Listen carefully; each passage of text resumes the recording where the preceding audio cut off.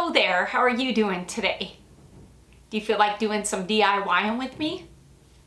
Come on in, let's get started.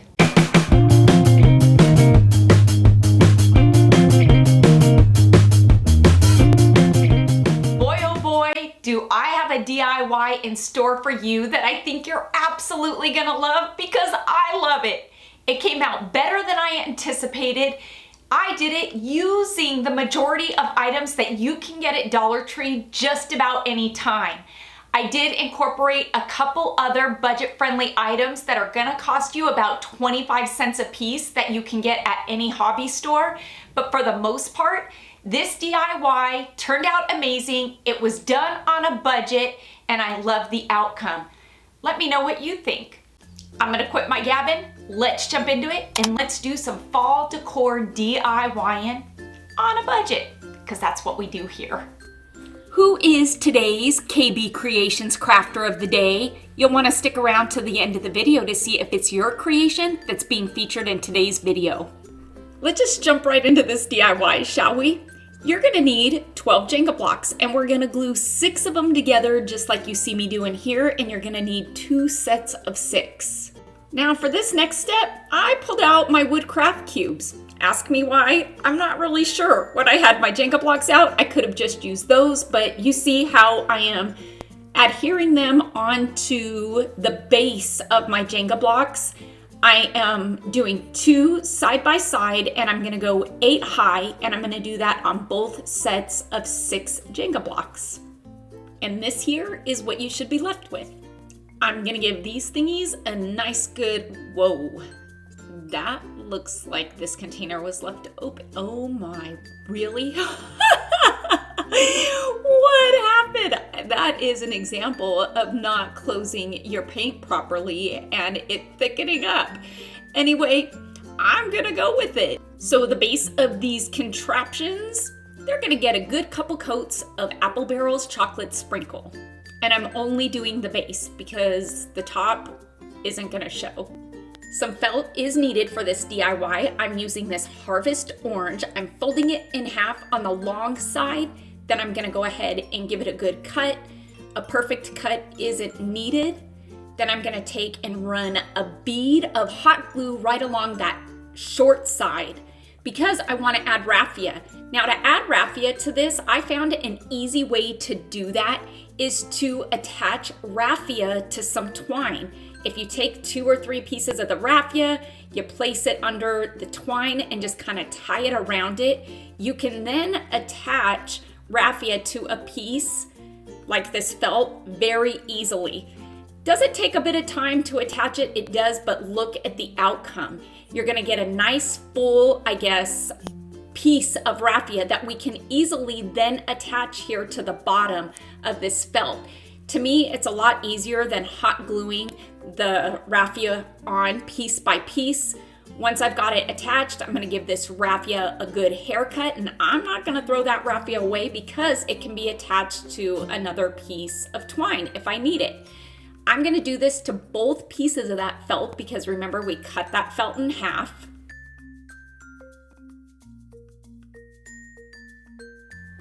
Then I am going to run another bead of hot glue right along the long side here, and I'm gonna fold this felt over, closing this up, making what is soon to be a scarecrow's pant leg. Fun, right? Super easy to do, and I'm gonna do this to both of those pieces. Then I'm gonna place that felt and raffia right down onto what is going to be the foot or the feet of our scarecrow to be. I cut the felt a bit longer because I wanted to add a bit of personality to the scarecrow legs, and you can easily do that by bunching up the felt. I'm gonna do this to both feet, so you should be left with something as cute as this. Look how easy that was to do. I'm gonna call this a twig wreath form. This is one I had in my stash. You can find these at Dollar Tree about this time every year. To this twig wreath form, I'm gonna add some burlap. And when I say add burlap, I'm actually going to wrap the burlap around the twig wreath form. So I guess really it doesn't matter what wreath form you use. I would not go with the wire one because I just personally don't like the shape, but there are foam wreath forms that you can use that'll get the job done. I just really like the rustic feel of this because it is misshaped. It's not a perfect circle. And so that was kind of the look that I was going for. So when wrapping this burlap around this wreath, I'm just gonna glue the two ends together and I'm gonna bunch up the burlap. I don't want it to be straight. I want it to be bunched so it has a fuller look. This burlap, you can find it at Walmart. You're gonna get that big roll for under $5, which I feel is worth the $5 you pay for it. I'm gonna hit these scarecrow legs with a bunch of hot glue because that burlap wreath form is gonna go right on top. Now, when I place it on top, I'm gonna press down pretty firmly. The hot glue is gonna go through the burlap and it's gonna adhere onto the twigs, and that's what we want. This is a pillow you can find at Dollar Tree right now. You're gonna need 2 pieces of felt. I'm using white and brown. I'm gonna cover this pillow with the felt. One side of the pillow is going to be this dark rust colored harvest brown, and this other side is going to be white because this is going to be my scarecrow's head. And so this is an easy way to make a head without having to stuff it. You've already got basically the template of it. You just need to cover it up. And because felt is so inexpensive, you're gonna get felt for about 25 to 35 cents a sheet at either Walmart or any hobby store. So it's a great thing to craft with, I feel, right around this time of year for the fall, harvest, Christmas season.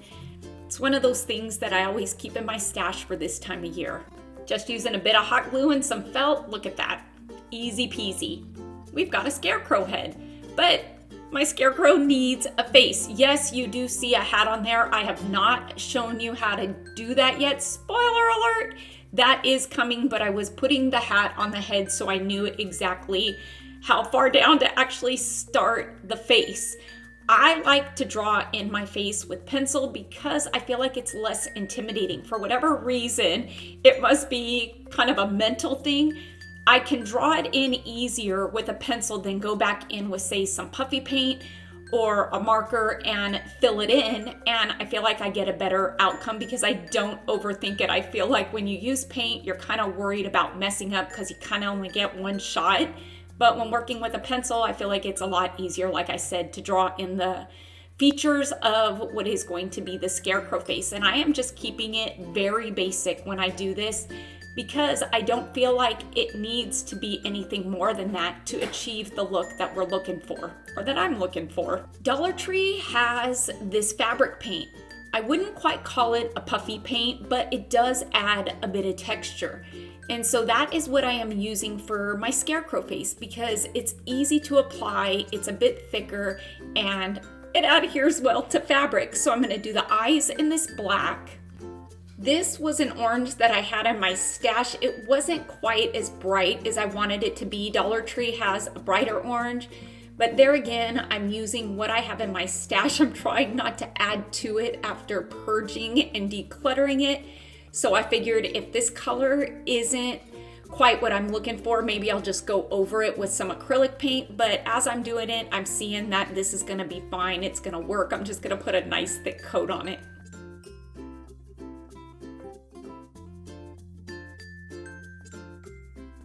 By adding a bit of white to the black of the eyes, it's gonna add depth and it's gonna bring the scarecrow to life. So cute, right?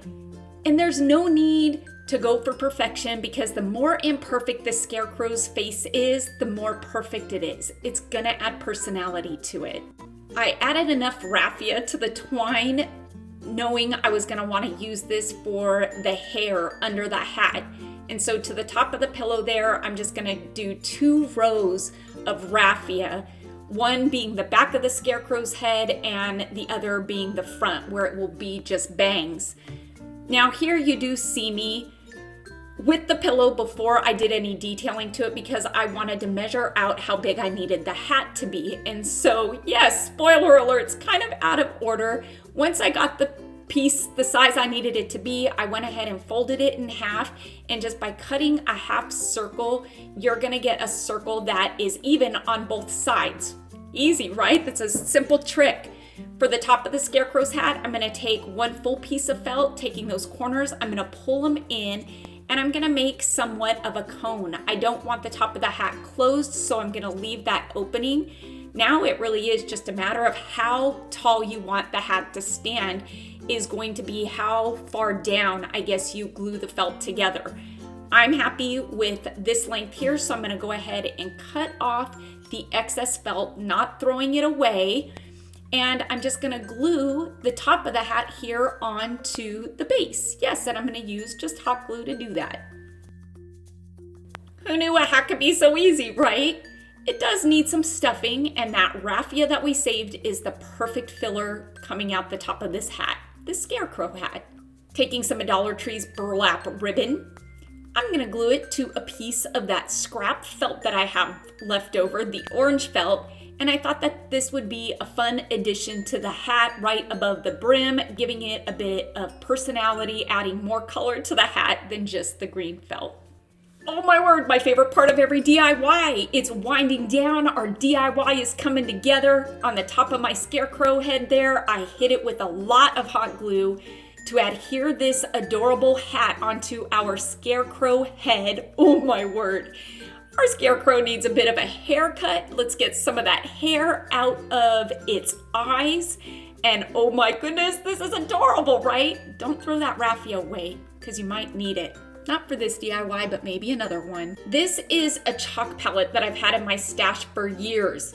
Dollar Tree has this colored chalk by Crayola that will work just as well. This scarecrow, well, I think it needs some rosy cheeks. It's those fine details that you add to a DIY that really take it to the next level. You can easily add rosy cheeks using chalk and a paintbrush. Easy, right? It's gonna give it a nice, soft, subtle, rosy cheek look, and that's what we're looking for. This is an aluminum banner that you can find at Dollar Tree. To this banner, I'm gonna give it a good couple coats of that chocolate sprinkle, but to do that, I'm gonna apply the paint after I squirt it onto the banner with my sponge dabber, because this is the easiest way to get nice, full, thick coverage on these aluminum or tin pieces. If you try to use a paintbrush, you're gonna get uneven brush strokes, and who wants to see brush strokes when you don't have to have brush strokes? You can have a nice textured piece from using, yes, a sponge dabber. So just use a sponge dabber, take my word for it. It's gonna take one, maybe two coats to get the full coverage that I'm looking for. While I've got that sponge dabber out, I pulled out one of these thankful words. This comes in a 3-pack. I wanna say it's in the Fall and Harvest set. And to this, I'm gonna add some of the classic caramel by Apple Barrel. Because I'm me, I did add some stitching to both of these pieces. And to the back of this thankful, one of my favorite things to do is to dive into my wood beads, these smaller wood beads that come in this Crafter Square pack. I find that I don't use them for much of anything, but I have found that they are perfect for adding to the back of these aluminum words because they're so small, and it will give us the capability of making it a dimensional word on whatever piece we're adding it to. So in this case, we're adding it to the banner. I didn't want to glue it flat onto the banner because why would we do that when we can add dimension and personality to this piece just by adding simple beads?